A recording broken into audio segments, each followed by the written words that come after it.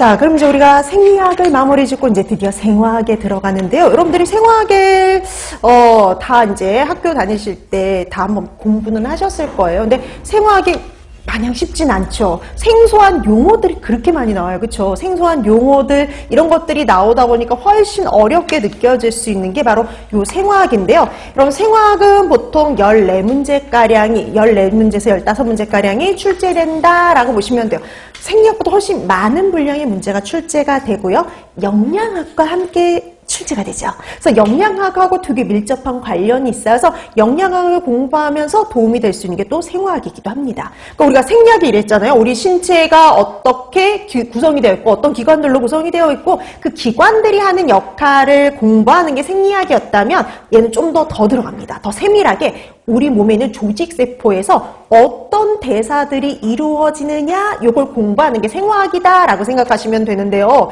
근데 다행스럽게도 우리 왜 생화책 되게 두꺼웠잖아요. 여러분들 교재. 그 교재를 다 공부할 필요는 없고요. 영양학의 기본이 될 수 있는 것 위주로 해서 구성이 되어 있습니다. 그래서 여러분 잘해보세요. 전체가 아니라 여러분들이 생명체를 구성하는 가장 기본 단위 우리 대사가 일어나는 세포가 어떻게 구성이 되어 있는지 그리고 그다음에 탄수화물, 단백질, 지질 대사예요. 우리 영양소 중에 가장 기본이 탄단지잖아요. 그 탄단지의 대사에 대해서 위주로 공부하는 겁니다. 탄단지 대사 보고요. 그 다음에 우리가 이 탄단지 대사가 이루어지기 위해서는 그 각 반응에 효소가 관여하죠. 그 다음에 효소에 관련된 거 그리고 또 하나 핵산, DNA와 RNA에 대한 걸 공부하시면 돼요. 근데 이 핵산, DNA하고 RNA 어려우면 되게 어려울 수 있지만 가장 항상 기본이 되는 걸 물어봅니다. 그래서 우리는 영양학을 공부하기 위해서 기본이 되는 생화학의 대사를 공부한다라고 생각해 주시면 될 것 같아요. 자, 그럼 이제 여태까지 어떤 문제들이 좀 출제가 되었느냐? 출제 경향을 정리해 놓은 프린트를 오늘 나눠드렸어요. 그쵸? 자, 그거 한번 보실래요?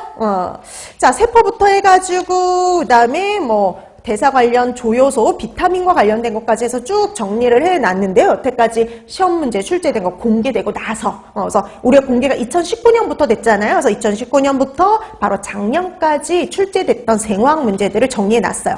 자, 제일 먼저 우리 세포부터 나오잖아요. 세포는 안 나올 때도 있습니다. 안 나오거나 한 문제가량이라 보시면 돼요. 그래서 대체적으로 여기서 한 문제. 그러니까 여기서 한 문제가 출제가 되면은요. 저쪽에 4, 5, 6번에서 문제가 하나 줄어든다고 보시면 돼요. 그래서 이 세포에서 문제가 안 나오면 4, 5, 6번에서 한 문제가 추가된다 이렇게 생각하시면 됩니다. 자, 그래서 이렇게 해서 크게 보면 세포에서는요. 세포 내 소기관 아니면 수송과 관련된 문제가 나와요. 물질 운반과 관련된 거. 그래서 하나는 세포 소기관 아니면 물질 운반과 관련된 문제 둘 중에 하나가 출제가 된다라고 보시면 됩니다. 보통. 자, 그다음에 탄수화물 대사. 여러분 탄수화물 대사가요. 가장 기본이고요. 탄단지 대사의 가장 기본 그럼 탄수화물 대사예요. 그래서 탄수화물 대사가요. 가장 기본이 되다 보니까 분량도 많고 그다음에 가장 많은 문제가 출제가 돼요. 5문제요. 그래서 5문제가량이 항상 5문제가 탄수화물 대사에서 출제가 됩니다. 그러니까 보통 이렇게 문제가 나와요.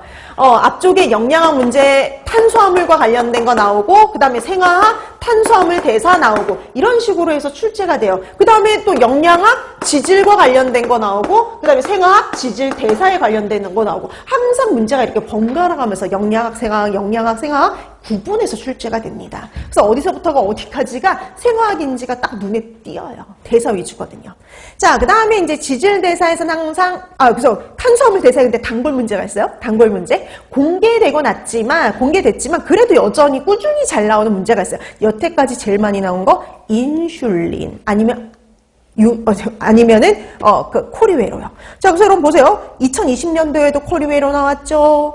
21년도에도 코리웨로 나왔죠. 22년도에도 그리고 작년에도 코리웨로가 나왔습니다. 단골 문제예요. 다양한 형태로 출제가 됐어요. 그래서 이번에는 이런 형태로 나오겠지 이렇게 예상을 했는데 정말 작년에는 그런 형태 문제가 나왔어요. 이게 항상 말했죠. 답은 똑같은데 약간 유형을 달리하면 다른 별개의 문제가 되는 거거든요. 그런 식으로 해서 돌아가면서 나옵니다.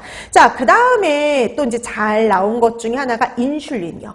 인슐린이 촉진하는 반응은, 인슐린의 작용은 이것도 벌써 한 3번 나왔어요. 3번. 그렇잖아요. 2020년에 나왔죠. 21년에 나왔죠. 23년에 나왔죠. 심지어 얘는 답도 맨날 똑같았어요. 맨날 답이 똑같아요. 우리 아까 했던 글리코겐 합성이요. 자, 그래서 이렇게 보면은요, 반복적으로 나오는 문제도 있는데, 문제 유형은 조금 어떻다? 다르다. 답은 같은데, 문제 유형이 조금 바뀔 수가 있다. 그래서 문제답, 굳이 문제답 이렇게 외우라고 얘기를 안 하는 게, 문제는 언제나 어때요? 유형이 바뀔 수가 있어요. 그래서 문제답 외우는 건 되게 위험합니다. 왜냐면 그렇게 안 나오면 답을 못 찾으니까요. 그래서 기본이 되는 걸 알아두셔야 돼요. 답은 같지만 어때요? 문제의 유형은 달라질 수 있다는 거. 한 가지 예를 들자면 거기 탄수화물 대사에 2021년도 문제 보실래요? 피로부산이 아세틸 코